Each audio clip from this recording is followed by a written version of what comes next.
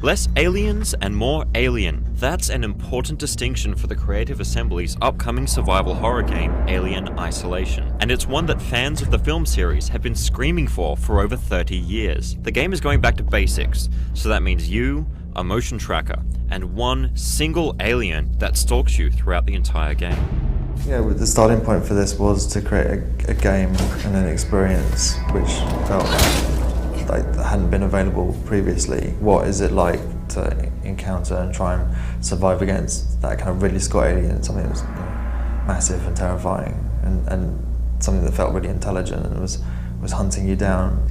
Set 15 years after the events of Alien, you play as Ellen Ripley's daughter, Amanda, who is on a mission to find out what happened to her mother. Amanda Ripley has her own character and her own personality, but I guess she shares the DNA with her mother, and one of the traits I think is that kind of, you see in Ellen Ripley that she has that kind of clarity of thought under pressure, whereas I think the rest of the crew in Nostromo die because they don't. I think where Ellen Ripley is able to strive to survive, and it is challenging, but she manages to do it, and I think that's one of the qualities that we kind of tried to emphasise in Amanda.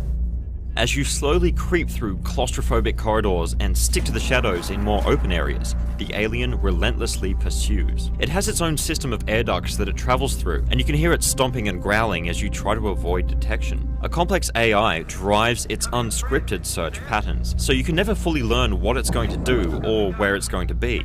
This keeps the alien scary. It also forces you to play more reactively, by scavenging for components and crafting makeshift items like flares and noisemakers. Amanda is just as resourceful as her mother, and these items can be used to distract or stun the alien, giving her a chance to slip past. But these items aren't precise, and nothing works perfectly. I think it also feeds into the sort of the horror, the fact that what that is also saying is that technology isn't the answer. I think it communicates that there's no locker somewhere with a massive gun that's going to be the answer to your problem, that it's actually very mundane and basic, and it's clunky, and it might not work, and it's a world away from kind of the high sci-fi that I think we're kind of used to. Your motion tracker glitches out if used in a small space like a ventilation shaft, and it can't tell you whether the alien is above or below you. When you have it out, you can press a button to change your focus from the tracker to the environment itself, so you can only clearly see one or the other at a time. You can also lean in any direction, which is useful when keeping track of not just the alien, but the other humans that you encounter. Within the story, I think the small group of inhabitants have splintered and have fallen apart, and everyone has formed kind of groups, and so there is a lot of friction and conflict, and they're very desperate to survive moment to moment.